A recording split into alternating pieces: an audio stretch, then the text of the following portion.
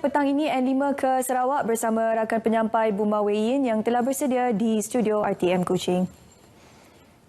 Buma, silakan. Terima kasih Syuhaida di Angkasa Puri. Salam sejahtera dan selamat petang. Rumah Umpang Ulu Bawah Celun dekat Selangau musnah dalam kebakaran malam tadi. Rumah panjang setingkat 25 pintu itu musnah 100%. Menurut pemangku Ketua Zon 4 Jabatan Bomba dan Penyelamat Wan Kamarudin Wan Ahmad, kebakaran itu telah menyebabkan seramai 161 orang penduduk hilang tempat tinggal. Jelas beliau pihak Bomba Sungai Merah menerima panggilan kecemasan pada pukul 9.59 malam. Setibanya Bomba ke tempat kejadian yang terletak lebih sejam perjalanan dari Sibu difahamkan jentera Bomba tidak dapat memasuki kawasan terbabit berikutan laluan yang sempit. Operasi pemadaman api tamat pada pukul 3.05 pagi. Sejak 5 hari lepas, seorang rakyat Sarawak mati rentung, 2 melecur dan 798 orang lagi hilang tempat tinggal akibat kebakaran rumah panjang. Jumlah yang menakutkan ini berpunca daripada 3 kes kebakaran rumah panjang di kawasan Sibu dan Bintulu.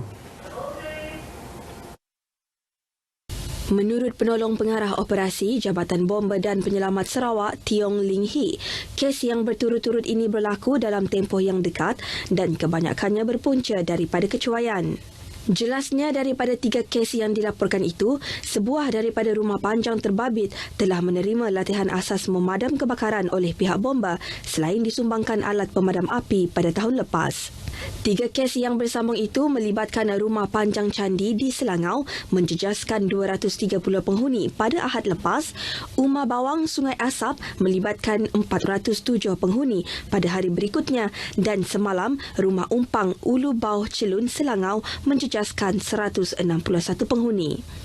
Tiong yang dihubungi pemberita RTM di Kuching turut mendedahkan sepanjang tahun ini pihaknya merekodkan 4 kes rumah panjang musnah dalam kebakaran. Oleh itu beliau meminta penduduk yang tinggal di rumah-rumah panjang supaya lebih peka akan keselamatan kediaman mereka, lebih-lebih lagi di musim perayaan yang semakin hampir. Program Satu Masjid, Satu Polis, 1M, 1P peringkat kontijen Sarawak telah dilancar semalam di Limbang. 1M, 1P merupakan program kolaborasi melibatkan Polis Diraja Malaysia, PDRM, Jabatan Agama Islam Sarawak dan ahli jawatan kuasa masjid sebagai usaha untuk mengekang sebarang aktiviti jenayah di kawasan berkenaan. Pegawai Turus Kepolisian Komuniti Jabatan Pencegahan Jenayah dan Keselamatan Komuniti JPJKK Kontingen Sarawak Rosalina Daud berkata 1M 1P adalah inisiatif PDRM untuk meningkatkan mutu perkhidmatan pihaknya khasnya dalam usaha pencegahan jenayah melalui transformasi sistem penyampaian yang lebih efektif dan responsif. Bagi mencapai tujuan tersebut, penglibatan masyarakat terutama ahli jawatan kuasa masjid dan para jemaah diperlukan untuk menyalurkan maklumat berkaitan jenayah kepada pihak polis.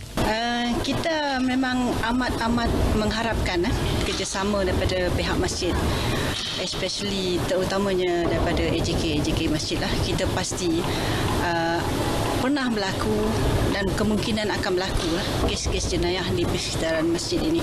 Tapi saya percaya setakat ini di peringkat daerah Limbang belum pernah lagi berlaku kejadian-kejadian jenayah yang melibatkan masjid-masjid di Limbang. Ditemui pemberita selepas merasmikan program 1M 1P di Masjid Jannatul Firdaus Limbang, beliau berharap program yang dilancar itu dapat mengurangkan kadar jenayah di kawasan persekitaran masjid pada masa sama dapat menyemai sikap bertanggungjawab masyarakat dalam membantras jenayah. Turut disampaikan watika pelantikan pegawai perhubungan masjid termasuk penyampaian peti polis kepada 8 wakil masjid dari daerah Limbang yang terlibat dalam program berkenaan. Umat Islam di Sarawak disaran supaya menguasai ilmu teknologi digital dalam memastikan usaha dakwah disampaikan secara berterusan. Demikian hasil kolokium dakwah dan kepimpinan Islam yang berlangsung 2 hari bermula semalam sekaligus merumuskan perkongsian ilmu menerusi teknologi digital mampu memastikan setiap perancangan dalam persidangan seumpama itu mencapai objektif. Menerusi dua ucapan penangguhan yang dibentangkan, turut memberi contoh negara jiran menggunakan kaedah serupa dalam membangunkan institusi masjidnya melalui perkongsian profesion dalam kalangan umat Islam. Bagi pengerusi jawatan kuasa persidangan, Dato' Abang Muhammad Shibli Abang Muhammad Naili, ke arah itu umat Islam di Bumi Kenyalang harus bersatu bagi memastikan misi tersebut mencapai matlamatnya. Beliau turut berharap setiap kertas kerja yang dibentangkan harus diimplementasikan secara kolektif. Dato' Abang Muhammad Shibli berkata demikian pada majlis penangguhan sambutan 50 tahun Bina Hikmah di Kuching. Lebih 1,000 ahli hikmah dari seluruh negeri menghadiri majlis tersebut. Masjid Darul Imam Sebuyau yang dijangka mampu menampung kira-kira 1,500 jemaah bakal menjadi mercu tanda baharu masyarakat Islam di daerah tersebut. Berkeluasan 2,850 meter persegi, pembinaan di tapak seluas 17.5 ekar itu telah mula dilaksanakan pada tahun 2015. Imam 1 Masjid Darul Imam Sebuyau, Tuan Imam Haji Wan Madihi Haji Wan Said bersyukur dengan pembinaan masjid tersebut yang dinantikan sekian lama oleh penduduk di Sebuyau.